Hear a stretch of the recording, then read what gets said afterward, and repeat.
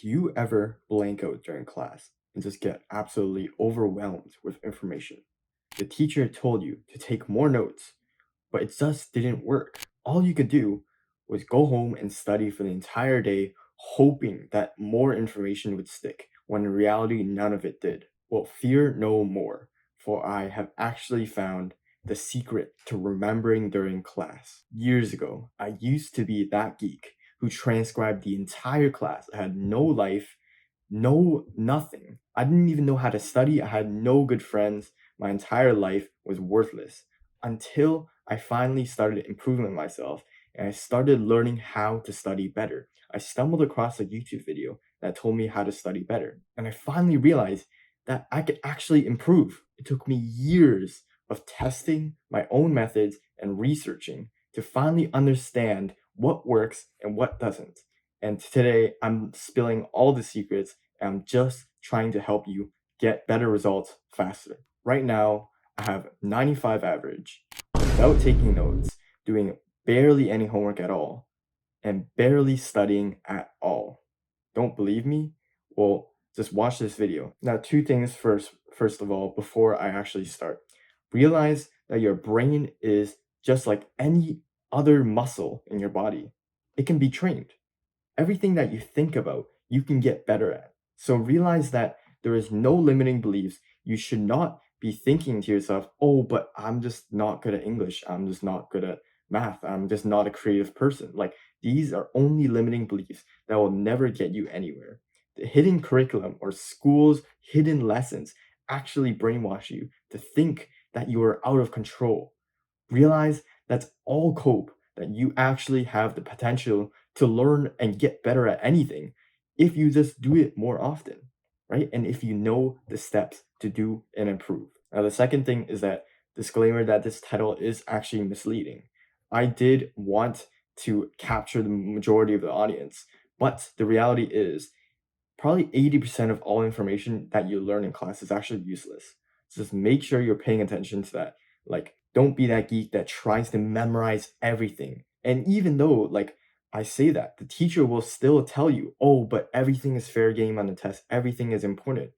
The reality is, most of it actually isn't. Of course, in like non-technical subjects like English and religion, history, everything is interconnected, but that does not mean that everything will be tested. So don't stress out like memorizing absolutely everything, because only a very small percentage of it will actually appear on the test and will actually be important.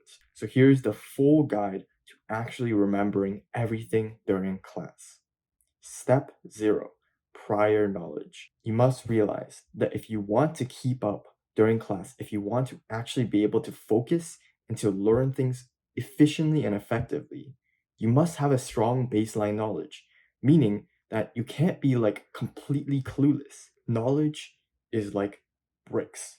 Bricks build off of itself. Without a strong foundation, you just can't build higher. You can see this in both technical and non-technical subjects, both like math and English, right? Math is just the buildup of foundational skills and base skills that constantly like logical skills that build up a ton over time. And English is just a complex understanding of one thing, leading you to be able to discuss higher complex themes and be creative. So if you're falling behind, the only thing that you can do, the best thing you can do to catch up, is just take control of your learning. If you don't take the time to fill in your own knowledge gaps, the responsibility is yours. And you will just keep falling behind more and more because school is like that. School is not optimized for your learning. It's just optimized for indoctrination. Now, I know you probably already have limiting beliefs of, like I addressed before, but I'm not good at math, but I'm not an English person. It doesn't matter if you think that you're unable to do it or not. If you hate it or not, it doesn't even matter. What matters is the fact that you must realize that you can get good at anything that you try to do. By the way, I forgot to mention, step 0 is prior knowledge because it's actually prerequisites, even though pretty much everyone is falling behind at some level, just because school doesn't teach us to take absolute responsibility over our learning, and also it just isn't even optimized for our learning in the first place. Now let's move on to the next step. Step one, progressively deloading notes. So you must realize that even if majority of the other study YouTubers on YouTube and anyone else you talk to, everyone, like including teachers, your parents, everyone believes that taking notes is a good thing, when in reality, it's much more complicated than that. I think that majority of the time, if you're offloading information onto a piece of paper, is actually a bad thing, because nothing beats thinking about it organically in your brain. It is always better for learning if you think about this thing more. That's literally just the number one rule for learning. Think about it more. It's just that simple. So if you're offloading the piece of information just because you're scared you're going to forget it and you're going to note it down later, so you're literally signing a contract with yourself saying, I'm going to learn this later. That's just ineffective. Like, why don't we just learn it right now? Right. But it's kind of hard to learn everything right now. So that's what we're going to build up to.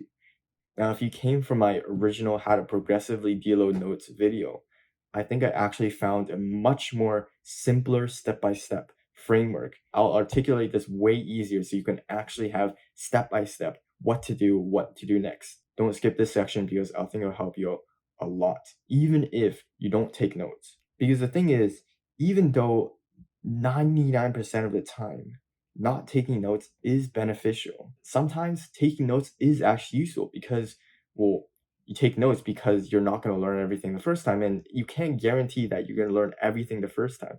Even I can't guarantee it. For some things that you know are guaranteed on the test, that the teacher just randomly spits at you, oh wait, this is going to be really important, right? Pick up on those things. And for me, like, I just can't memorize every single thing like she just spits out. So for this reason, I don't think that never taking notes is actually the best option. Rather, drastically reducing your notes. I'm talking like literally like 3 points. No, like 90% of classes, you don't even need to take notes. And then for like one class where the teacher just spits out like every single piece of knowledge that you need to learn on the test, just take a few notes and then you can review off that, right? Just know you can remember way more than you think you can actually do. Okay, let's go into the video, bro. Step one, delay note taking. The reason why this is step one is because it actually trains our cognitive efficiency at the remembering level. So what the hell did I just talk about?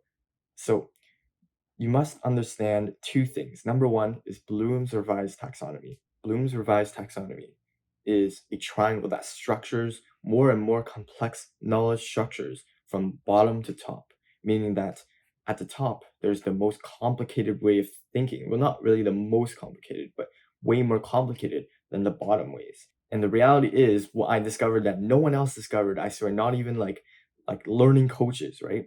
What I discovered is that every level is a skill, and all you need to do is think more at that level, and you get better at thinking more at that level. So what we're doing is we're retraining our brain to think better at each of those levels, and we're going to start from the bottom, right? So how do you get better at remembering? Well, you delay your notes. When the teacher tells you about something that is important and you pick up on it, you don't write it down instantly. You need to like let it sit in your brain, get used to that feeling of it like being like scarily about to disappear in your brain before writing it down. This is so important. This is literally the first step of actually training your brain to become better. Once you understand that this is how you actually train your brain, just like any other skill, the feeling of your brain burning, of like your brain about to forget, it's just the same feeling as if you're going to the gym and the feeling of you trying to bicep curl or like a lift some weight and you just can't. You need to push yourself, right? The more you push your brain to trying to remember something as long as possible, the more it grows. And I'm not going to tell you exactly how long it takes to get through this step because I believe it takes different lengths for everyone. Now, in step one, as you delay your notes more and more, let yourself sit with the notes more and more, it will actually be more natural to ease into the next step. Step two is reduce the amount of words. Now we're going more complicated. Now, not only are we actually like letting it sit in our brain, trying to let us remember what was taught, we're actually starting to now think about it more and more, right? It requires a little bit of understanding in order to kind of like reword anything, right? And if we're reducing the amount of words, that is the most simple way to actually train our brain, because it's the simplest kind of form of understanding. Again, it's the same thing as step one. You want to do this over and over again. And I'm talking literally weeks or months, bro. So don't think this is a quick process. Some people might have actually naturally done this. For me, I did learn about these things and I kind of just naturally eased into these steps one by one. Now, over time, once you finish step two of reducing the words over and like more and more, I guess like the progress is kind of hard to see, but like once you get better at it, pretty much doesn't really matter like if doesn't really matter the quality of like your words. Like you don't have to reduce it to like, oh, once you reduce it to one word, then you can go to the next step.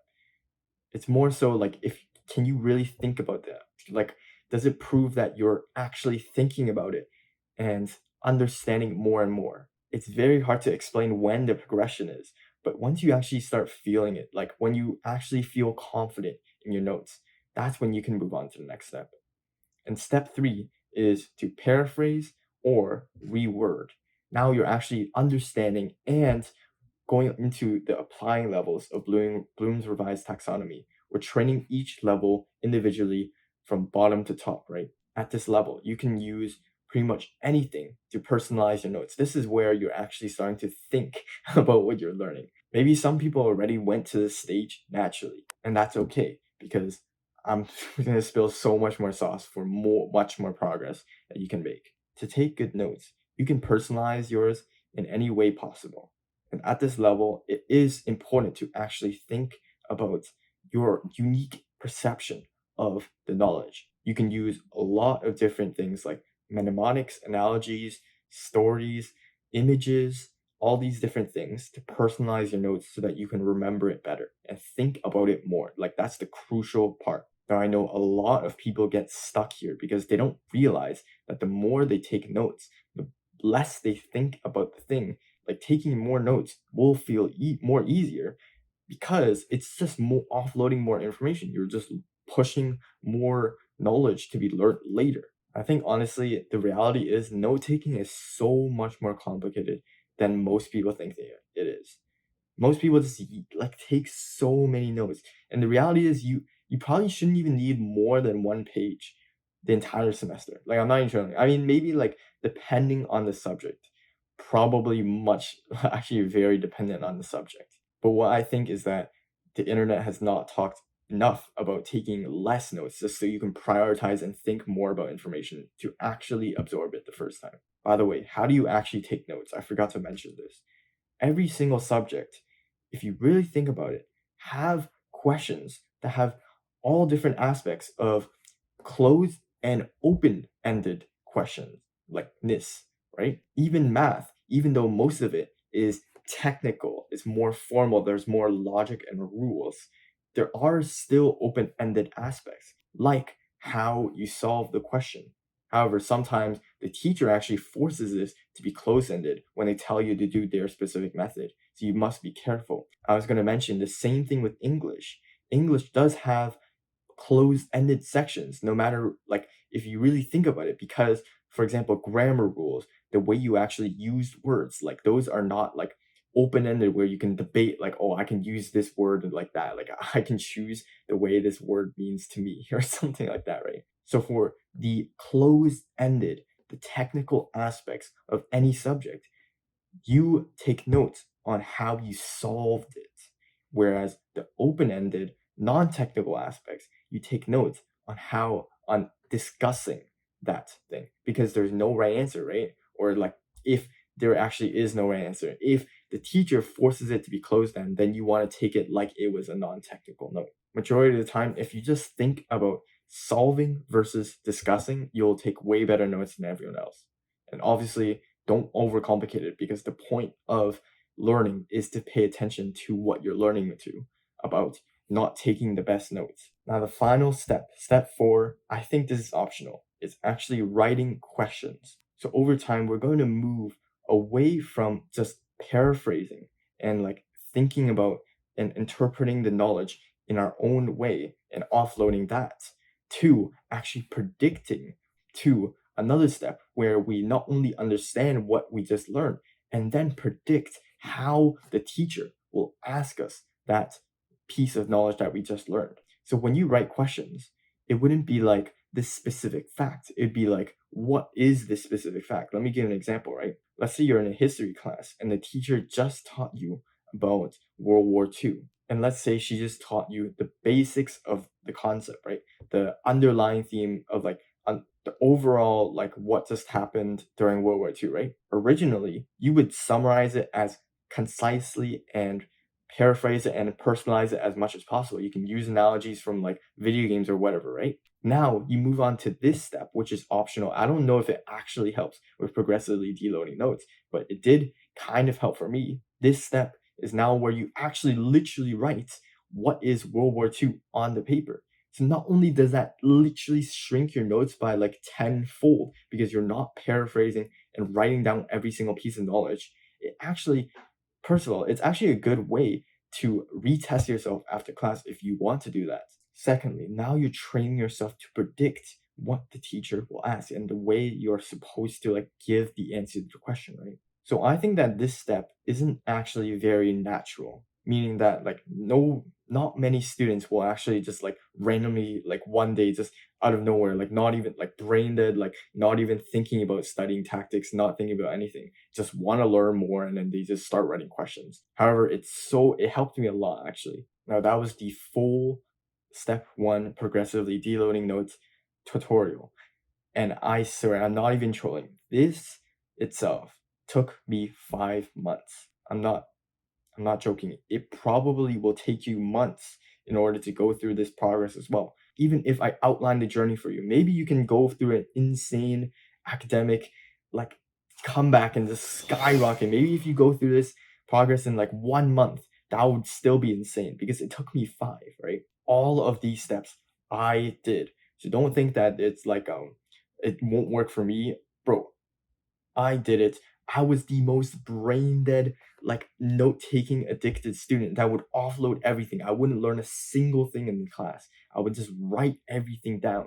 And then what I would do was go home and reread the notes. Like that's literally double passive methods. The first time I learned it, I wasn't even paying attention. So it's literally just I'm just like taking an e-learning course at this point, right? Now finally, once you actually get good at writing questions over time, you'll actually be able to finally ease off notes, like 90% of it. Like now, this step is so big, you'll realize like it's actually very scary to stop writing notes. The reason why I did it kind of naturally was because I just hated school and I was just like, bro, like, am I really trying to like spend this effort into like writing like 50-page notes? And I think it was a new semester, right? I just realized like, bro, like, what if I just paid attention?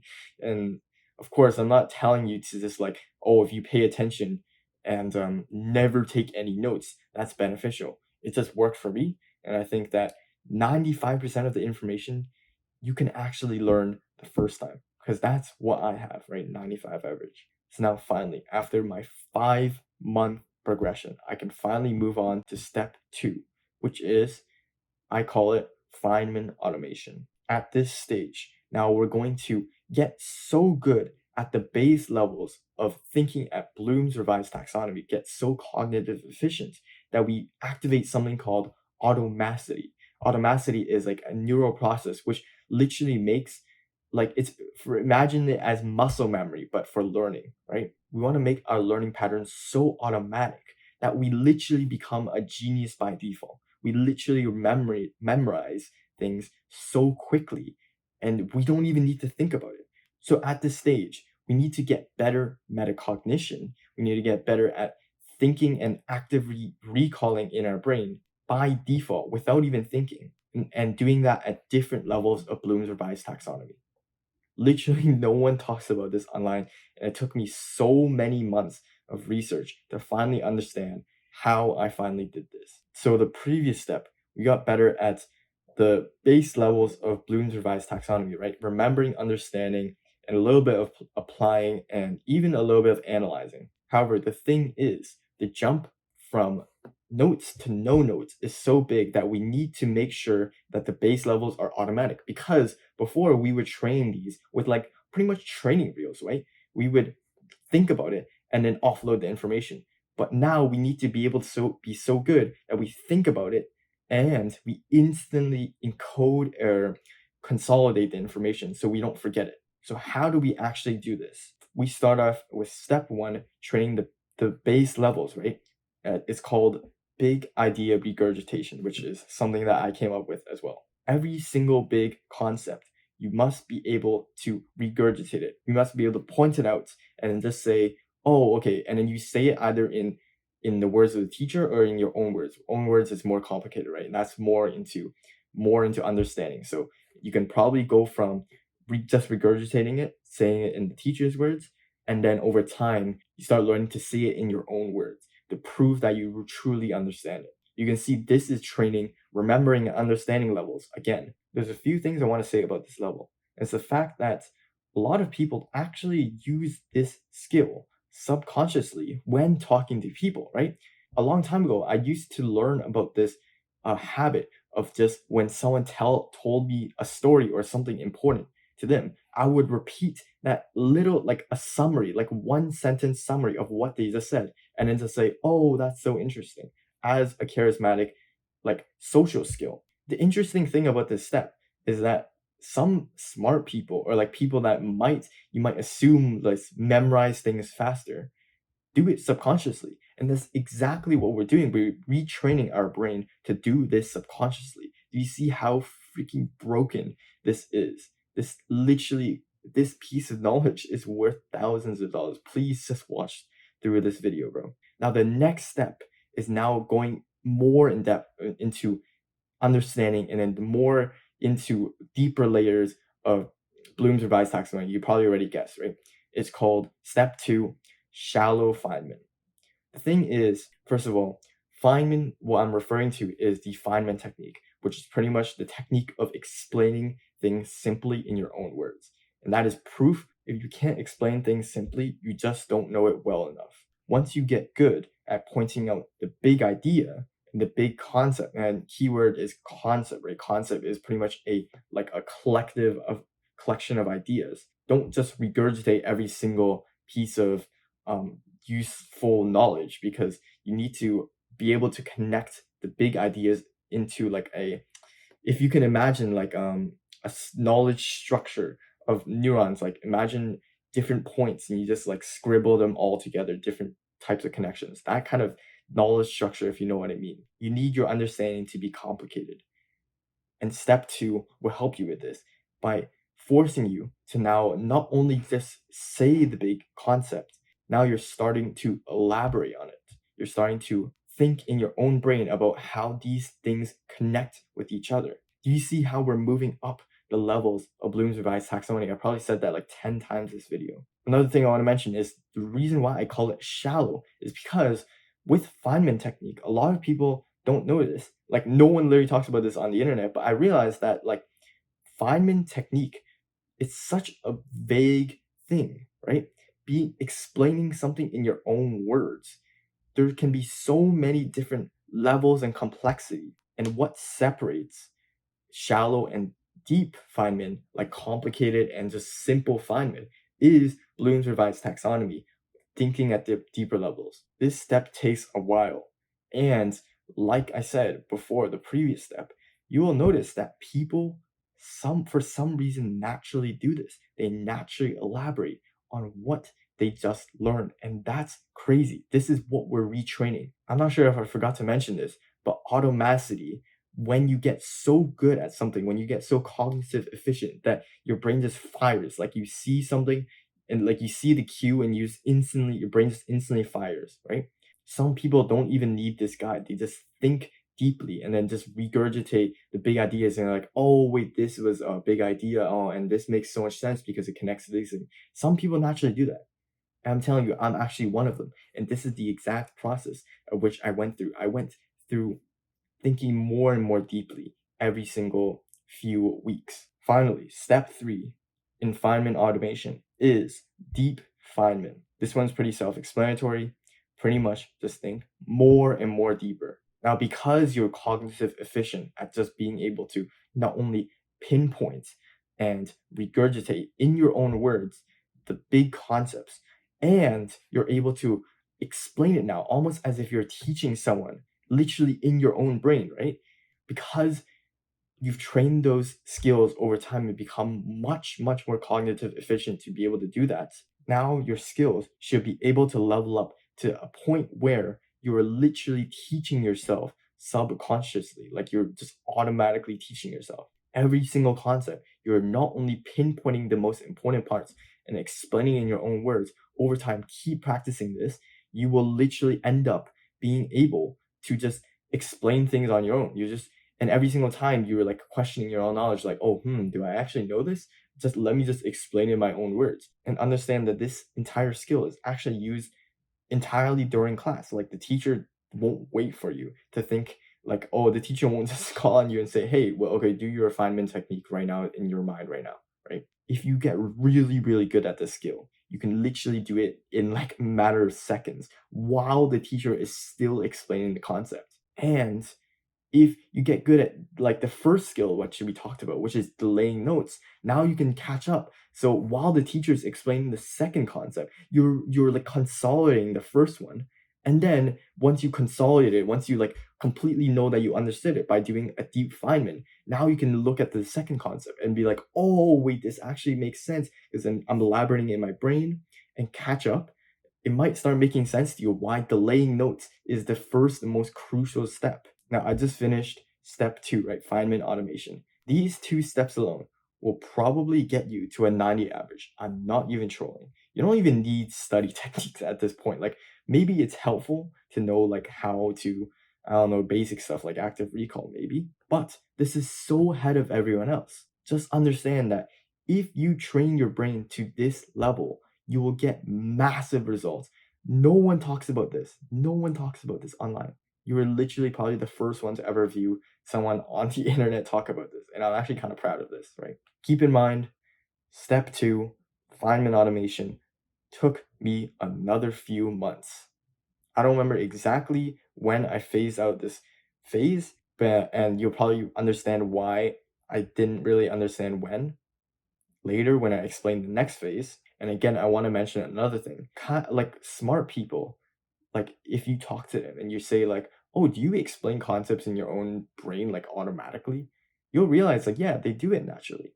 So what we're doing is we're literally training your brain through like over time, automaticity makes you naturally do the habits that smart people do. Finally, the gold dust, the diamond dust, bro. The best possible advice in the entire internet when it comes to studying, bro. I swear. And like studying, the reason why I say studying is because if you learn it the first time, you don't even need to study. So this is why it's so good study advice still, right? Step 3, disciplined curiosity. You might have watched a video of me that I released before talking about how I think I found the actual like the best possible way to study or the best possible way to learn or something, right? Around that time, that's when I truly discovered what this actually means. Now, this is a disclaimer. I'm not trying to be like big ego, but like I guarantee you're not at this level yet. I guarantee it. I mean, maybe for some easy, simple subjects you're like already like curious about and like constantly passionate about. You might be at this level, but 99% of people aren't, right? A large percentage of people, and probably my viewers, are still taking notes. So, how does this concept actually work? You must realize something that no one realizes. The truth is, the best possible thing about for learning is curiosity.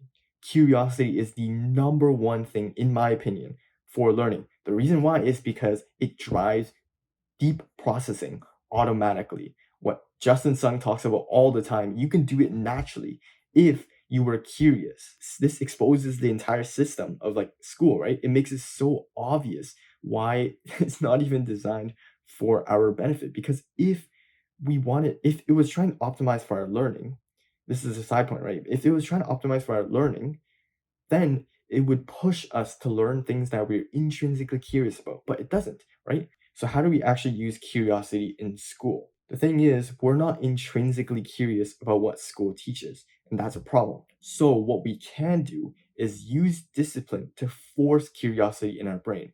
How do we do that? Well, we expose ourselves to more questions because the more questions you expose yourself to your brain, the more it becomes naturally curious to solve things, right? For example, if I just ask you a random interesting question, like maybe I asked, even if the question is stupid, it will actually still spike curiosity. So let me ask you this question, right? How many bones do we have in our ear? Like it's so stupid, literally so stupid. But now you're curious, right? Even if you don't like, if you knew the answer, the experiment didn't work. But like, if you don't know the answer, now you're like, "Fuck, bro, tell me," right? By the way, the answer is three. But I don't know. That's such a useless piece of knowledge, right? See, if we do this during class, we instantly force curiosity, and curiosity is the best possible thing for learning. We do all these like deep processing processes naturally. This is why some students stand out more than others is because they just genuinely like the subject. And of course, a lot more factors. But liking the subject, liking what you're learning is such a broken factor that no one talks about, right? And another thing I forgot to mention is the fact that this is the only stage at which you can use disciplined curiosity, to use discipline to force curiosity in your brain, right? The reason why is because curiosity can only be built off a base level of understanding. If you don't understand things, you just don't have enough knowledge to be curious about, if that makes sense, right? If you ever like actually learned about the things you're intrinsically curious about, like that's such a sad question to say, but let's just say, right? You will realize that the more you learn, the more questions actually appear. And that's such a beautiful thing. So this is why this is the last and final step to actually absorbing everything during class, is because you need to have a base level understanding. And that base level understanding is already better than 90% of people, right? But this takes it way further. Now that we reinforce the low levels of Bloom's revised taxonomy in the previous stage, now we can build off it. We can finally, like, since the lower levels, the base levels are built to be automatic now. Now we can finally move up to the top levels, which are like analyze, evaluate, and create, right? The real way to progress at this stage is to maintain an open mind by lowering your ego and embracing humility. Now you might be already thinking like, what the hell? Like, what is this guy talking about now? The truth is, you must realize like the frameworks in your brain, like this is actually really good life advice as well. Constantly question what's in your brain. Even though I'm not that into like philosophy and stuff, right? I still maintain an open mind and it's so helpful. Everything you learn, you must be like genuinely just thinking like, oh, is this right or wrong? And then eventually you'll start questioning more and more and just be naturally curious about like the knowledge gaps that you find. The truth is these actionable steps are so confusing.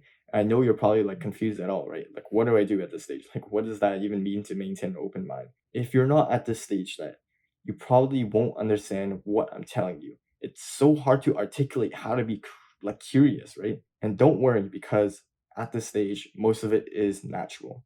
The only unnatural thing is to actually lower your ego, which is actually very good advice for this stage. You won't really need to worry about the stage if you're not here yet, anyways. Now, someone asked me a question in my Discord server if you want to join it in like link in the description, right? Do you think you can actually remember everything during class?